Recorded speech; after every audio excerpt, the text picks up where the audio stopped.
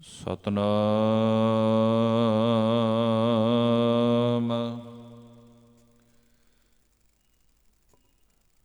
ਧੰਨ ਵਾਹਿਗੁਰੂ ਸਾਹਿਬ ਜੀਓ।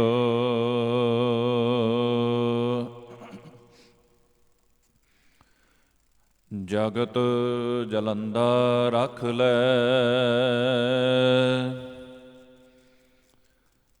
ਆਪਣੀ ਕਿਰਪਾ ਧਾਰ।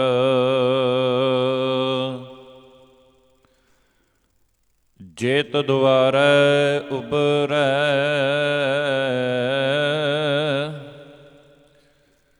ਤਿਤੈ ਲਿਹੋ ਉਬਾਰ। ਬਾਣੀ ਗੁਰੂ ਗੁਰੂ ਹੈ ਬਾਣੀ, ਵਿੱਚ ਬਾਣੀ ਅੰਮ੍ਰਿਤ ਸਾਰੇ। ਗੁਰ ਬਾਣੀ ਕਹੈ ਸੇਵਕ ਜਨ ਮਾਨੈ, ਪਰਤਖ ਗੁਰੂ ਨਿਸਤਾਰੇ। ਸੋ ਕਹੋ ਟਲ ਗੁਰ ਸੇਵੀਐ, ਅਹਨਿਸ ਸਹਿਜ ਸੁਭਾਏ। ਦਰਸ਼ਨ ਪਰਸੈ ਗੁਰੂ ਕੈ, ਜਨਮ ਮਰਨ ਦੁਖ ਹੋਵੇ। ਸਿਫਤ ਖਸਮਦੀ ਨੂਰ ਅਰਸੋਂ ਕੁਰਸੋਂ ਚਟੀਐ। ਤੁਧ ਡਿਠੇ ਸੱਚੇ ਪਾਤਸ਼ਾਹ, ਮਲ ਜਨਮ ਜਨਮ ਦੀ। ਸੱਜਣ ਸੱਚਾ ਪਾਤਸ਼ਾਹ, ਸਿਰ ਸ਼ਾਹਾਂ ਦੈ ਸ਼ਾਹੋ।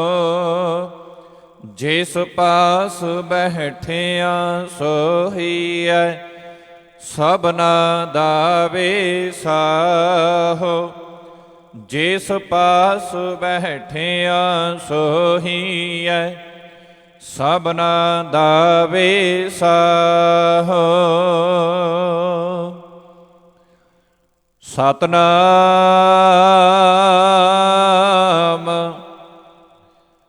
ਵਾਹਿਗੁਰੂ ਸਾਹਿਬ ਜੀ।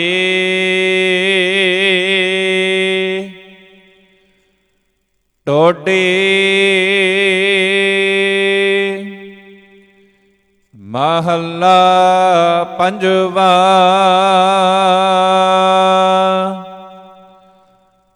ਹਰ ਬਿਸਰਤ ਸਦਾ ਖੁਆਰੀ, ਤਾਂ ਕਉ ਧੋਖਾ ਕਹਾਂ ਵਿਆਪੈ। ਜਾਂ ਕਉ ਓਟ ਤੁਹਾਰੀ,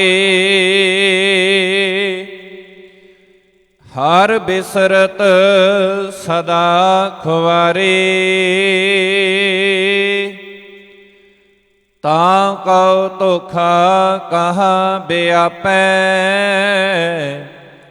ਜਾਂ ਕਉ ਓਟ ਤੁਹਾਰੀ। ਰਹਾਉ ਬਿਨ ਸਿਮਰਨ ਜੋ ਜੀਵਨ ਬਲਨਾ, ਸਰਪ ਜੈਸੇ ਅਰ ਜਾਰੀ। ਨਭ ਖੰਡਨ ਕੋ ਰਾਜ ਕਮਾਵੈ, ਅੰਤ ਚਲੈ ਗੋਹਾਰੀ। ਗੁਣ ਨਿਦਾਨ ਗੁਣ ਤਿਨਹੀ ਗਾਏ, ਜਾਂ ਕਉ ਕਿਰਪਾ ਧਾਰੀ। ਸੋ ਸੁਖੀਆ ਧਨ ਉਸ ਜਨਮਾ, ਨਾਨਕ ਤਿਸ ਬਲਿਹਾਰੀ।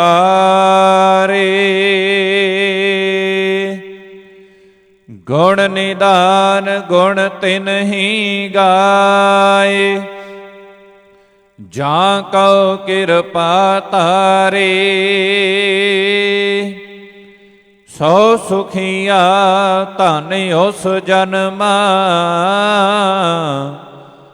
ਨਾਨਕ ਤਿਸ ਬਲਿਹਾਰੀ।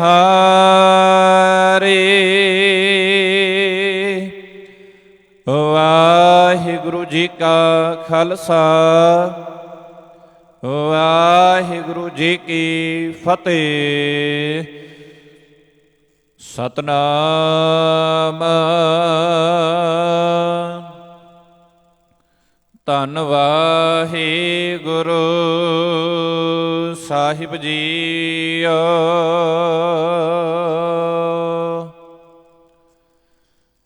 ਕਿਰਪਾ ਕਰੋ ਦੀਨ ਕੇ ਦਾਤੇ, ਮੇਰਾ ਗੁਣ ਅਵਗੁਣ ਨਾ ਵਿਚਾਰੋ ਕੋਈ। ਮਾਟੀ ਕਾ ਕਿਆ ਧੋਪੈ ਸੁਆਮੀ, ਮਾਨਸ ਕੀ ਗਤ ਏਹੀ।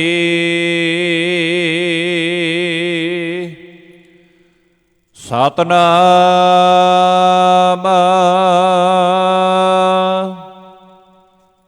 ਵਾਹਿਗੁਰੂ ਸਾਹਿਬ ਜੀ।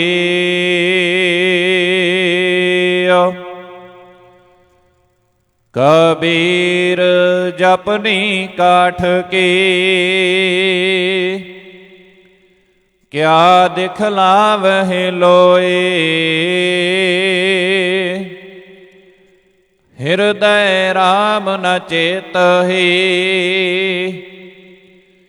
ਇਹ ਜਪਨੀ ਕਿਆ ਹੋਏ।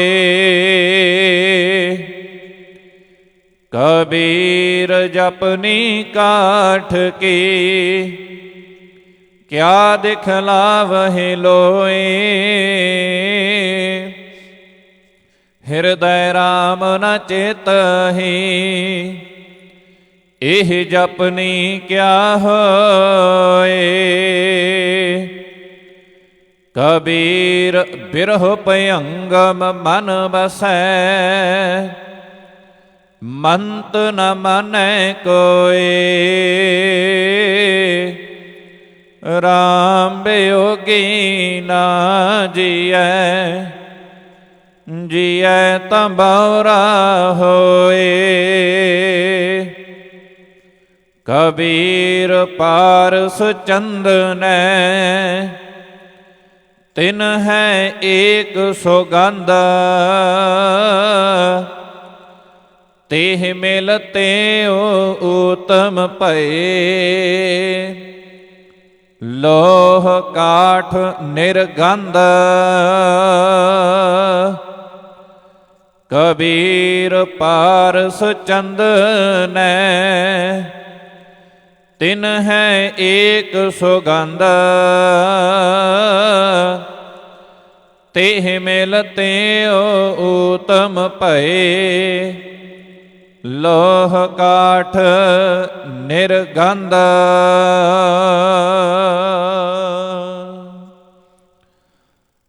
ਪਰਮ ਸਨਮਾਨਯੋਗ ਚਬਰ ਛਤਰ ਤਖਤ ਦੇ ਮਾਲਕ, ਵਾਲੀਏ ਕੁਲ ਆਲਮ ਸ਼ਬਦ ਗੁਰੂ ਧੰਨ ਧੰਨ ਸਤਿਗੁਰੂ ਸ੍ਰੀ ਗੁਰੂ ਗ੍ਰੰਥ ਸਾਹਿਬ ਦਾਤਾਰ ਪਿਤਾ ਜੀ, ਪਾਤਸ਼ਾਹ ਜੀਆਂ ਦੀ ਪਾਵਨ ਪਵਿੱਤਰ ਹਜ਼ੂਰੀ ਦੇ ਅੰਦਰ ਸੁਭਾਈਮਾਨ ਸਤਿਕਾਰਯੋਗ ਸਤ ਸੰਗੀ ਜਨੋ, ਵਡਭਾਗੇ ਹਾਂ ਮਾਲਕ ਜੀਆਂ ਦੀ ਅਪਾਰ ਰਹਿਮਤ ਬਖਸ਼ਿਸ਼ ਕਿਰਪਾ ਦੇ ਦੁਆਰਾ ਸਜੇ ਹੋਏ ਅੰਮ੍ਰਿਤ ਵੇਲੇ ਦੇ ਦੀਵਾਨਾਂ ਅੰਦਰ ਹਾਜ਼ਰੀਆਂ ਭਰਨ ਦਾ ਸੁਭਾਗ ਸਮਾਂ ਪ੍ਰਾਪਤ ਹੋਇਆ ਹੈ। ਆਓ ਪਾਵਨ ਅਸਥਾਨ ਤੋਂ ਚੱਲ ਰਹੀ ਗੁਰਬਾਣੀ ਦੀ ਲੜੀਵਾਰ ਵਿਚਾਰ ਦੇ ਨਾਲ ਜੁੜਨ ਦਾ ਯਤਨ ਕਰੀਏ।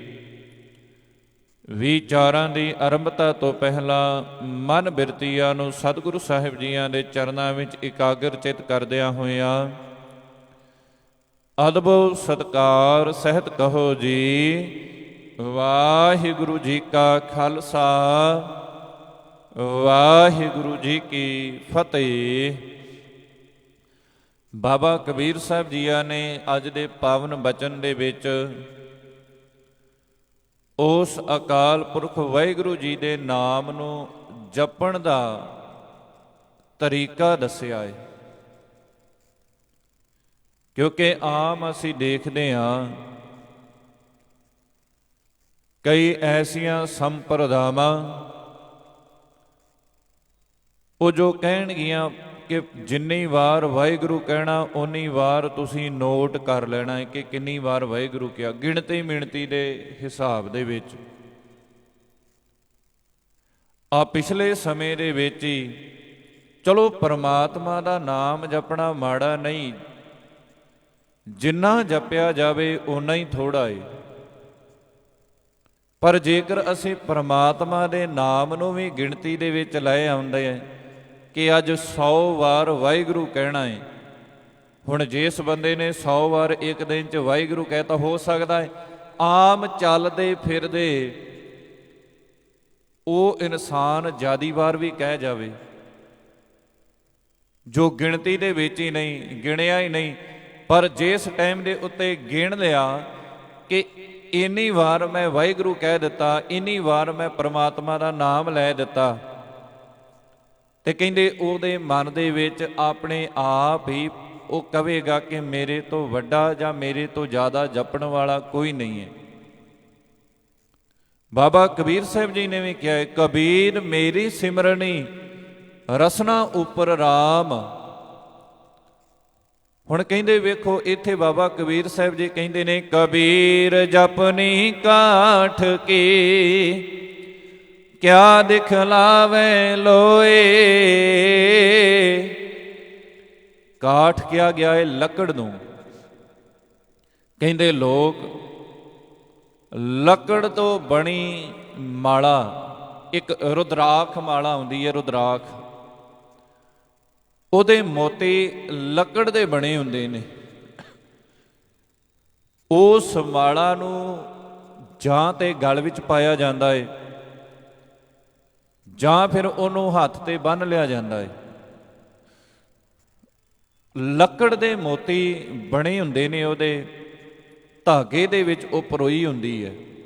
ਤੁਸੀਂ ਆਮ ਬੱਚਿਆਂ ਦੇ ਗਲਾਂ ਦੇ ਵਿੱਚ ਵੇਖਿਆ ਹੋਵੇਗਾ, ਛੋਟੇ ਬੱਚੇ ਉਹਨਾਂ ਦੇ ਗਲ ਦੇ ਵਿੱਚ ਇੱਕ ਗੋਲ ਜਿਹੀ ਚੀਜ਼ ਪਾ ਦਿੰਦੇ ਨੇ, ਜਿਵੇਂ ਉਹ ਕਿਸੇ ਮਾਲਾ ਦਾ ਮੋਤੀ ਹੋਵੇ। ਇੱਕ ਜਾਂ ਦੋ ਬੱਚੇ ਦੇ ਗਲ ਦੇ ਵਿੱਚ ਪਾ ਕੇ ਫਿਰ ਪਿੱਛੇ ਉਹਦੇ ਧਾਗਾ ਬੰਨ੍ਹ ਦਿੱਤਾ ਜਾਂਦਾ ਹੈ। ਇਹ ਕਹਿ ਦਿੱਤਾ ਜਾਂਦਾ ਹੈ ਕਿ ਇਸ ਧਾਗੇ ਨੂੰ ਲਾਹੁਣਾ ਨਹੀਂ। ਜਿੰਨਾ ਚਿਰ ਬੱਚਾ ਸਮਝਦਾਰ ਨਹੀਂ ਹੁੰਦਾ ਉਹਨਾਂ ਚਿਰ ਬੱਚੇ ਦੇ ਗਲ ਦੇ ਵਿੱਚੋਂ ਧਾਗਾ ਨਹੀਂ ਲਾਇਆ ਜਾਂਦਾ।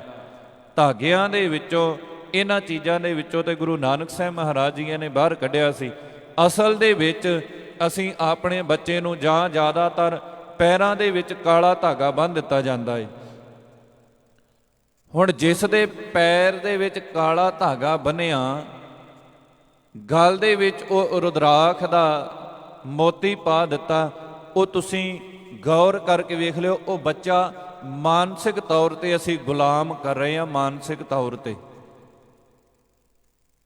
ਕਿਵੇਂ? ਕਾਲਾ ਧਾਗਾ ਪੈਰ ਵਿੱਚ ਬੰਨਿਆ ਏ, ਜਿਸ ਭੈਣ ਨੇ, ਜਿਸ ਬੀਬੀ ਨੇ ਬੰਨਿਆ, ਇਹ ਅਸਲ ਦੇ ਵਿੱਚ ਜ਼ਿਆਦਾ ਫੀਮੇਲ ਭਾਵ ਕੇ ਭੈਣਾਂ ਉਹ ਪੈਰਾਂ ਦੇ ਵਿੱਚ ਧਾਗਾ ਕਾਲਾ ਬੰਨ੍ਹਦੀਆਂ ਨੇ। ਇੱਕ ਬੱਚੀ ਨੂੰ ਪੁੱਛਿਆ ਕਿ ਇਹ ਧਾਗਾ ਕਿਉਂ ਬੰਨਿਆ ਏ? ਉਹ ਕਹਿਣ ਲੱਗੀ, ਮੈਨੂੰ ਨਹੀਂ ਪਤਾ, ਮੇਰੀ ਮਦਰ ਨੇ ਲਿਆ ਕੇ ਮੇਰੇ ਪੈਰ ਦੇ ਵਿੱਚ ਧਾਗਾ ਬੰਨ੍ਹ ਦਿੱਤਾ। ਉਹਦਾ ਭਰਾ ਆ ਕੇ ਕਹਿਣ ਲੱਗਾ, ਮੇਰੇ ਵੀ ਵੱਜਾ ਏ, ਗੁੱਟ ਤੇ ਉਹਨੇ ਵਿਖਾ ਦਿੱਤਾ ਕਿ ਮੇਰੇ ਵੀ ਵੱਜਾ ਏ। ਹੁਣ ਉਹ ਬੱਚੀ ਨੂੰ ਪੁੱਛਿਆ ਕਿ ਤੂੰ ਵੱਡੀ ਹੋ ਕੇ ਬਣਨਾ ਕੀ ਹੈ? ਉਹ ਕਹਿੰਦੀ, ਜੀ ਮੈਂ ਡਾਕਟਰ ਬਣਨਾ ਏ। ਤੇ ਵੇਖੋ, ਜਿਸ ਬੱਚੇ ਦਾ ਏਡਾ ਉੱਚਾ ਟੀਚਾ ਹੋਵੇ ਕਿ ਮੈਂ ਡਾਕਟਰ ਬਣਨਾ ਏ, ਉਹਦੇ ਪੈਰ ਦੇ ਵਿੱਚ ਜਾਂ ਹੱਥ ਦੇ ਵਿੱਚ ਕਾਲਾ ਧਾਗਾ ਬੰਨ੍ਹ ਦਿੱਤਾ, ਉਹ ਆਪਣੇ ਆਪ ਹੀ ਮਾਨਸਿਕ ਤੌਰ ਤੇ ਉਹ ਗੁਲਾਮ ਹੋ ਗਈ ਧਾਗੇ ਦੀ। ਕਿਉਂ? ਬਾਰ-ਬਾਰ ਪੈਰ ਧੋਣੇ ਪੈਂਦੇ ਨੇ, ਬਾਰ-ਬਾਰ ਹੱਥ ਧੋਣੇ ਪੈਂਦੇ ਨੇ। ਹੱਥ ਤੇ ਪੈਰ ਤੇ ਪਾਣੀ ਪੈਣ ਦੇ ਨਾਲ ਉਹ ਧਾਗਾ ਜਿਹੜਾ ਉਹ ਗਲੇਗਾ ਜ਼ਰੂਰ। ਜਦੋਂ ਧਾਗਾ ਗਲਣਾ ਏ, ਧਾਗਾ ਟੁੱਟ ਵੀ ਜਾਣਾ ਏ। ਧਾਗਾ ਟੁੱਟ ਗਿਆ, ਰੱਬ ਨਾ ਕਰੇ ਧਾਗਾ ਟੁੱਟਣ ਤੋਂ ਬਾਅਦ ਜੇਕਰ ਸਰੀਰ ਦੇ ਉੱਤੇ ਕੋਈ ਪਰੇਸ਼ਾਨੀ ਆਈ, ਫਿਰ ਮਾਨਸਿਕ ਤੌਰ ਤੇ ਗੁਲਾਮੀ ਇਹ ਹੋ ਜਾਣੀ ਹੈ ਕਿ ਇਹ ਪੈਰ ਦੇ ਵਿੱਚੋਂ ਜਾਂ ਹੱਥ ਦੇ ਵਿੱਚੋਂ ਧਾਗਾ ਟੁੱਟ ਗਿਆ, ਇਸ ਕਰਕੇ ਇਹ ਸਰੀਰ ਤੇ ਸਾਡੇ ਕਸ਼ਟ ਆਇਆ ਹੈ। ਤੁਸੀਂ ਆਪਣੇ ਆਪ ਗੁਲਾਮ ਹੋ ਜਾਣਾ ਹੈ, ਧਾਗੇ ਦੇ ਵਿੱਚ ਬੱਝੇ ਪਏ ਆ। ਹੁਣ ਬਾਬਾ ਕਬੀਰ ਸਾਹਿਬ ਜੀ ਕਹਿਣ ਲੱਗੇ, ਕਹਿੰਦੇ ਮੈਂ ਧਾਗਿਆਂ ਦੀ ਮਾਲਾ ਦੇ ਵਿੱਚ ਨਹੀਂ ਬੱਝਾ, ਲੋਕ ਧਾਗਿਆਂ ਦੀ ਮਾਲਾ ਦੇ ਵਿੱਚ ਬੱਝੇ ਨੇ। ਮੈਂ ਪਹਿਲਾਂ ਵੀ ਇਹ ਬੇਨਤੀ ਕੀਤੀ ਕਿ ਪ੍ਰਮਾਤਮਾ ਦਾ ਨਾਮ ਜਪਣਾ ਜਿੰਨਾ ਜਪਿਆ ਜਾਵੇ ਓਨਾ ਥੋੜਾ ਏ, ਪਰ ਹਾਂ ਗਿਣਤੀਆਂ ਦੇ ਵਿੱਚ ਜੇਕਰ ਪ੍ਰਮਾਤਮਾ ਦਾ ਨਾਮ ਜਿਸ ਦਿਨ ਤੁਸੀਂ ਜਪਣ ਲੱਗ ਪਏ, ਉਸ ਦਿਨ ਤੁਸੀਂ ਆਪਣੇ ਅੰਦਰ ਝਾਤੀ ਮਾਰ ਕੇ ਵੇਖ ਲਿਓ ਕਿ ਪਹਿਲਾਂ ਮਨ ਠੀਕ ਸੀ ਜਾਂ ਹੁਣ ਠੀਕ ਹੈ। ਹੁਣ ਬਾਬਾ ਕਬੀਰ ਸਾਹਿਬ ਜੀ ਕਹਿੰਦੇ, ਕਬੀਰ ਜਪਨੀ ਕਾਠ ਕੀ। ਜਪਨੀ ਕਿਹਾ ਜਾਂਦਾ ਹੈ ਜਿਹਦੇ ਰਾਹੀਂ ਜਪਿਆ ਜਾਂਦਾ ਹੈ ਮਾਲਾ। ਆਰੰਭ ਦੇ ਵਿੱਚ ਹੀ ਬਾਬਾ ਕਬੀਰ ਸਾਹਿਬ ਜੀ ਨੇ ਫਰਮਾਨ ਕੀਤਾ ਹੈ, ਕਬੀਰ ਮੇਰੀ ਸਿਮਰਣੀ। ਕਹੇ ਕਬੀਰ ਸਾਡੀ ਸਿਮਰਣੀ ਕੀ ਹੈ? ਰਸਨਾ ਉੱਪਰ ਰਾਮ। ਸਾਡੀ ਰਸਨਾ ਦੇ ਉੱਤੇ ਹੀ ਪਰਮਾਤਮਾ ਦਾ ਨਾਮ ਹੈ, ਸਾਡੀ ਜ਼ੁਬਾਨ ਦੇ ਉੱਤੇ ਹੀ ਪਰਮਾਤਮਾ ਦਾ ਨਾਮ ਹੈ। ਅਸੀਂ ਧਾਗਿਆਂ ਦੇ ਵਿੱਚ, ਮਾਲਾ ਦੇ ਵਿੱਚ, ਇਹਨਾਂ ਚੱਕਰਾਂ ਦੇ ਵਿੱਚ ਪੈਂਦੇ ਹੀ ਨਹੀਂ ਹੈ। ਕਿਉਂ? ਕਿਉਂਕਿ ਜ਼ੁਬਾਨ ਦੇ ਉੱਤੇ ਪਰਮਾਤਮਾ ਦਾ ਨਾਮ ਹੈ। ਰਸਨਾ ਗੁਣ ਗੋਪਾਲ ਨਿਧ ਗਾਏ। ਕਹਿੰਦੇ ਕਿ ਹੇ ਮੇਰੀ ਰਸਨਾ, ਹੇ ਮੇਰੀ ਜੀਵ, ਗੁਰੂ ਦੇ ਉਸ ਅਕਾਲ ਪੁਰਖ ਦੇ ਗੁਣ ਗਾਉਣਾ ਕਰ ਜਿਹਦੇ ਇਸ ਸਰੀਰ ਦਿੱਤਾ ਹੈ। ਇਸ ਕਰਕੇ ਬਾਬਾ ਕਬੀਰ ਸਾਹਿਬ ਜੀ ਕਹਿੰਦੇ, ਕਿਆ ਦਿਖਲਾਵੇ ਲੋਏ। ਤੂੰ ਹੱਥ ਦੇ ਵਿੱਚ ਰੁਦਰਾਖ ਦੀ ਮਾਲਾ ਫੜ ਕੇ, ਗਲੇ ਦੇ ਵਿੱਚ ਰੁਦਰਾਖ ਦੇ ਮੋਤੀ ਪਾ ਕੇ ਤੂੰ ਲੋਕਾਂ ਨੂੰ ਦਿਖਾਉਂਦਾ ਫਿਰਦਾ ਹੈ ਕਿ ਵੇਖੋ ਜੀ ਮੇਰੇ ਪਾਸ ਇਹ ਰੁਦਰਾਖ ਦੀ ਮਾਲਾ ਹੈ। ਕਿਉਂਕਿ ਜ਼ਿਆਦਾ ਲੋਕ ਇਸ ਤਰ੍ਹਾਂ ਦੇ ਹੁੰਦੇ ਨੇ, ਜਪਦੇ ਘੱਟ ਨੇ, ਵਿਖਾਵਾ ਜ਼ਿਆਦਾ ਕਰਦੇ ਨੇ। ਬਾਬਾ ਕਬੀਰ ਸਾਹਿਬ ਜੀ ਕਹਿੰਦੇ ਨੇ, ਇਸ ਕਰਕੇ ਭਾਈ ਹਿਰਦੈ ਰਾਮ ਨ ਚੇਤਹਿ, ਇਹ ਜਪਨੀ ਕਿਆ ਹੋਏ। ਬਾਹਰੋਂ ਬਾਹਰੋਂ ਪਰਮਾਤਮਾ ਦਾ ਨਾਮ, ਬਾਹਰੋਂ ਬਾਹਰੋਂ ਮੋਤੀ ਤੇ ਮੋਤੀ ਮਾਰੀ ਜਾਣੇ, ਭਾਵ ਇੱਕ ਮੋਤੀ ਨੂੰ ਅੱਗੇ ਪਿੱਛੇ ਕਰੀ ਜਾਣਾ, ਫਿਰ ਦੂਜਾ ਮੋਤੀ ਅੱਗੇ ਲੈ ਆਉਣਾ, ਫਿਰ ਤੀਜਾ ਲੈ ਆਉਣਾ, ਭਾਵ ਕਿ ਉਹਨੂੰ ਬਾਰ-ਬਾਰ ਉਹਦੀ ਗਿਣਤੀ ਕਰੀ ਜਾਣੀ। ਹਿਰਦੈ ਰਾਮ ਨਾ ਚੇਤਹਿ, ਹਿਰਦੇ ਤੋਂ ਰਾਮ ਨਹੀਂ ਚੇਤਿਆ ਜਾਂਦਾ, ਹਿਰਦੇ ਤੋਂ ਪਰਮਾਤਮਾ ਦਾ ਨਾਮ ਨਹੀਂ ਯਾਦ ਕਰ ਰਿਹਾ। ਕਹਿੰਦੇ ਨੇ ਇਹ ਜਪਨੀ ਕਿਆ ਹੋਏ। ਜਿੰਨਾ ਚਿਰ ਪਰਮਾਤਮਾ ਦਾ ਨਾਮ ਹਿਰਦੇ ਤੋਂ ਨਹੀਂ ਜਪਿਆ ਜਾ ਰਿਹਾ, ਉਹਨਾਂ ਚਿਰ ਇਹ ਮਾਲਾ ਫੜਨ ਦਾ ਕਿਆ ਫਾਇਦਾ, ਮਾਲਾ ਫੇਰਨ ਦਾ ਕੀ ਫਾਇਦਾ ਹੈ। ਇਸ ਕਰਕੇ ਬਾਬਾ ਕਬੀਰ ਸਾਹਿਬ ਜੀ ਕਹਿੰਦੇ ਨੇ, ਭਾਈ ਪਰਮਾਤਮਾ ਦਾ ਨਾਮ ਤੇ ਇਕਾਗਰ ਚਿਤ ਹੋ ਕੇ, ਅੰਤਰ ਧਿਆਨ ਹੋ ਕੇ ਜਪਣਾ ਚਾਹੀਦਾ ਹੈ। ਇਹਨਾਂ ਗਿਣਤੀਆਂ ਮਿਣਤੀਆਂ ਦੇ ਚੱਕਰਾਂ ਵਿੱਚ ਨਹੀਂ ਪੈਣਾ ਚਾਹੀਦਾ। ਇਸ ਕਰਕੇ ਅਗਲੇ ਬਚਨ ਕਰ ਰਹੇ ਨੇ, ਕਬੀਰ ਬਿਰਹ ਭਯੰਗਮ ਮਨ ਬਸੈ, ਮੰਤ ਨ ਮਾਨੈ ਕੋਏ। ਕਹਿੰਦੇ ਹੁਣ ਬਿਰਹੋਂ ਭਾਵ ਉਹ ਇਨਸਾਨ ਜਿਹਦੇ ਅੰਦਰ ਪਰਮਾਤਮਾ ਨੂੰ ਪਾਉਣ ਦੀ ਤਾਂਘ ਹੋਵੇ। ਬਿਰਹੋਂ ਹੈ ਭਾਵ ਕਿ ਪਰਮਾਤਮਾ ਨੂੰ ਮੈਂ ਪਾ ਲਵਾਂ, ਪਰਮਾਤਮਾ ਨੂੰ ਮੈਂ ਜਪ ਲਵਾਂ। ਮਨ ਬਸੈ, ਪਰਮਾਤਮਾ ਦਾ ਨਾਮ ਜਪਣ ਦੇ ਲਈ ਮਨ ਦੇ ਵਿੱਚ ਉਹ ਕਹਿੰਦਾ ਹੈ ਕਿ ਮੈਂ ਆਪਣੇ ਮਨ ਵਿੱਚ ਪਰਮਾਤਮਾ ਨੂੰ ਵਸਾਉਣਾ ਚਾਹੁੰਦਾ। ਮੰਤ ਨਾ ਮਾਨੈ ਕੋਈ, ਕਿ ਮੈਂ ਪਰਮਾਤਮਾ ਦੇ ਅਕਾਲ ਪੁਰਖ ਵਾਹਿਗੁਰੂ ਜੀ ਨੂੰ ਛੱਡ ਕੇ ਹੋਰ ਕਿਸੇ ਨੂੰ ਨਹੀਂ ਮੰਨਦਾ। ਰਾਮ ਵਿਯੋਗੀ ਨਾ ਜੀਐ, ਜੀਐ ਤਾਂ ਬਵਰਾ ਹੋਏ। ਕਹਿੰਦੇ ਰਾਮ ਦੇ ਵਿਯੋਗ ਦੇ ਵਿੱਚ ਮੈਂ ਜੀਉਣਾ ਨਹੀਂ ਚਾਹੁੰਦਾ। ਵਿਯੋਗ ਭਾਵ ਕਿ ਪ੍ਰਮਾਤਮਾ ਤੋਂ ਵਿਛੜ ਕੇ ਮੈਂ ਜੀਉਣਾ ਨਹੀਂ ਚਾਹੁੰਦਾ। ਅਕਾਲ ਪੁਰਖ ਵਾਹਿਗੁਰੂ ਤੋਂ ਵਿਛੜ ਕੇ ਮੈਂ ਜੀਉਣਾ ਨਹੀਂ ਚਾਹੁੰਦਾ। ਰਾਮ ਵਿਯੋਗੀ ਨਾ ਜੀਐ, ਜੀਏ ਤਾਂ ਬਵਰਾ ਹੋਏ। ਕਹਿੰਦੇ ਜੋ ਪਰਮਾਤਮਾ ਦਾ ਨਾਮ ਨਹੀਂ ਨਾ ਜਪਦੇ, ਹਿਰਦੇ ਵਿੱਚ ਉਹਨਾਂ ਨੇ ਪਰਮਾਤਮਾ ਦਾ ਨਾਮ ਨਹੀਂ ਜਪਿਆ, ਹਜ਼ੂਰ ਸਤਿਗੁਰ ਸੱਚੇ ਪਾਤਸ਼ਾਹ ਜੀ ਕਹਿੰਦੇ ਨੇ ਉਹ ਫਿਰ ਕੀ ਹੁੰਦੇ ਨੇ, ਜੀਏ ਤਾਂ ਬਵਰਾ ਹੋਏ। ਜਿੰਨਾ ਚਿਰ ਵੀ ਉਹ ਆਪਣੀ ਜ਼ਿੰਦਗੀ ਨੂੰ ਬਤੀਤ ਕਰਦੇ ਨੇ, ਜਿੰਨਾ ਚਿਰ ਵੀ ਉਹ ਆਪਣੀ ਜੀਵਨ ਨੂੰ ਬਤੀਤ ਕਰਦੇ ਨੇ, ਪਰਮਾਤਮਾ ਤੋਂ ਵਿਛੜ ਕੇ ਕਹਿੰਦੇ ਉਹ ਬਵਰੇ ਨੇ, ਕਮਲੇ ਨੇ। ਆਪਾਂ ਬਾਣੀ ਦੇ ਵਿੱਚ ਬਚਨ ਪੜ੍ਹਦੇ ਹਾਂ, ਬਿਨ ਨਾਵੈ ਜਗ ਕਮਲਾ ਫਿਰੈ। ਕਹਿੰਦੇ ਪ੍ਰਮਾਤਮਾ ਦੇ ਨਾਮ ਤੋਂ ਜਗ ਬੌਰਿਆਂ ਦੀ ਵਾਂਗ ਭਟਕਦਾ ਫਿਰਦਾ ਏ, ਬਾਵਰਾ ਹੋਇਆ ਫਿਰਦਾ ਏ, ਕਮਲਾ ਹੋਇਆ ਫਿਰਦਾ ਏ। ਇਸ ਕਰਕੇ ਹਜ਼ੂਰ ਸਤਿਗੁਰ ਸੱਚੇ ਪਾਤਸ਼ਾਹ ਧੰਨ ਗੁਰੂ ਗ੍ਰੰਥ ਸਾਹਿਬ ਮਹਾਰਾਜ ਜੀਆਂ ਦੇ ਪਾਵਨ ਬਚਨ ਆਪਾਂ ਪੜ੍ਹਦੇ ਹਾਂ ਕਿ ਸੱਜਣਾ, ਸਭ ਤੋਂ ਪਹਿਲਾਂ ਤੂੰ ਪਰਮਾਤਮਾ ਦਾ ਨਾਮ ਆਪਣੇ ਹਿਰਦੇ ਵਿੱਚ ਧਾਰਨ ਕਰ। ਦੁਨੀਆ ਦੇ ਭੁਲੇਖੇ, ਦੁਨੀਆ ਦੇ ਵਹਿਮ, ਦੁਨੀਆ ਦੀਆਂ ਭਟਕਣਾਵਾਂ ਜਿਹੜੀਆਂ, ਇਹਨਾਂ ਨੂੰ ਛੱਡਣਾ ਕਰ। ਸਤਿਗੁਰੂ ਜੀ ਦਾ ਇੱਕ ਪਾਵਨ ਬਚਨ ਆਪਾਂ ਪੜ੍ਹਦੇ ਹਾਂ। ਹਜ਼ੂਰ ਜੀ ਕਹਿੰਦੇ ਹਾਰ ਬਿਸਰਤ ਸਦਾ ਖੁਆਰੀ। ਇਹ ਵੀ ਅਰਥ ਇਹਦੇ ਜੇ ਲਾਓ ਤੇ ਇਹ ਵੀ ਬੌਰਿਆਂ ਦੀ ਤਰ੍ਹਾਂ ਹੀ ਆ। ਖੁਆਰੀ ਭਾਵ ਖਜਲ ਖੁਆਰ ਹੋਣਾ, ਕੁਝ ਹੱਥ ਨਾ ਆਉਣਾ। ਹਜ਼ੂਰ ਸਤਿਗੁਰੂ ਜੀ ਕਹਿੰਦੇ ਨੇ ਕਿ ਵੇਖੋ ਜਗ ਦੇ ਵਿੱਚ ਇਨਸਾਨ ਬੌਰਿਆਂ ਦੀ ਤਰ੍ਹਾਂ ਫਿਰਦਾ ਹੈ, ਕਮਲਿਆਂ ਦੀ ਤਰ੍ਹਾਂ ਫਿਰਦਾ ਹੈ। ਜਿਵੇਂ ਇੱਕ ਮੇਲੇ ਦੇ ਵਿੱਚ ਬੱਚਾ ਆਪਣੇ ਪਰਿਵਾਰ ਦੇ ਨਾਲੋਂ ਵਿਛੜ ਗਿਆ, ਉਹ ਬੌਰਿਆਂ ਦੀ ਤਰ੍ਹਾਂ ਫਿਰਦਾ ਹੈ, ਕਮਲਿਆਂ ਦੀ ਤਰ੍ਹਾਂ ਫਿਰਦਾ ਹੈ। ਕਿਉਂ? ਕਿਉਂਕਿ ਉਹਦਾ ਸਨੇਹ, ਉਹਦਾ ਸੰਬੰਧ, ਉਹਦਾ ਕੁਝ ਸਮੇਂ ਦੇ ਵਾਸਤੇ ਮਾਂ ਬਾਪ ਅੱਖਾਂ ਤੋਂ ਓਹਲੇ ਹੋ ਗਏ। ਹੁਣ ਜਿਸ ਦੇ ਕੁਝ ਸਮੇਂ ਦੇ ਵਾਸਤੇ ਉਹਦਾ ਪਿਤਾ ਅੱਖਾਂ ਤੋਂ ਓਹਲੇ ਹੋ ਗਿਆ, ਕਹਿੰਦੇ ਉਹ ਕਮਲਿਆਂ ਦੀ ਤਰ੍ਹਾਂ ਉਸ ਥਾਂ ਦੇ ਉੱਤੇ ਫਿਰ ਰਿਹਾ ਹੈ। ਕਿਉਂ? ਕਿਉਂਕਿ ਉਹਨੂੰ ਪਤਾ ਹੈ ਕਿ ਕੁਝ ਸਮੇਂ ਦੇ ਬਾਅਦ ਭਾਵੇਂ ਕਿ ਮੇਰਾ ਮਾਂ ਬਾਪ ਮਿਲ ਜਾਵੇਗਾ, ਪਰ ਕਹਿੰਦੇ ਜਿੰਨਾ ਚਿਰ ਮਿਲਦਾ ਨਹੀਂ, ਉਹ ਬੌਰਿਆਂ ਦੀ ਤਰ੍ਹਾਂ ਹੀ ਭਟਕਣਾ ਉਹਦੀ ਲੱਗੀ ਰਹਿੰਦੀ ਹੈ। ਹਜ਼ੂਰ ਸਤਿਗੁਰੂ ਸੱਚੇ ਪਾਤਸ਼ਾਹ ਜੀ ਕਹਿੰਦੇ ਹਾਰ ਬਿਸਰਤ ਸਦਾ ਖੁਆਰੀ। ਪਰਮਾਤਮਾ ਨੂੰ ਵਿਸਾਰ ਕੇ ਕਹਿੰਦੇ ਇਨਸਾਨ ਖਜਲ ਖੁਆਰ ਹੁੰਦਾ ਹੈ। ਤਾਂ ਕਉ ਧੋਖਾ ਕਹਾਂ ਵਿਆਪੈ, ਜਾਂ ਕਉ ਓਟ ਤੁਹਾਰੀ। ਕਹਿੰਦੇ ਜਿਹਨੂੰ ਪਰਮਾਤਮਾ ਦਾ ਆਸਰਾ ਹੈ, ਵਾਹਿਗੁਰੂ ਜੀ ਦੀ ਓਟ ਹੈ, ਭਰੋਸਾ ਰੱਖਦਾ ਹੈ, ਤਾਂ ਕੋ ਧੋਖਾ ਕਹਾਂ ਵਿਆਪੈ।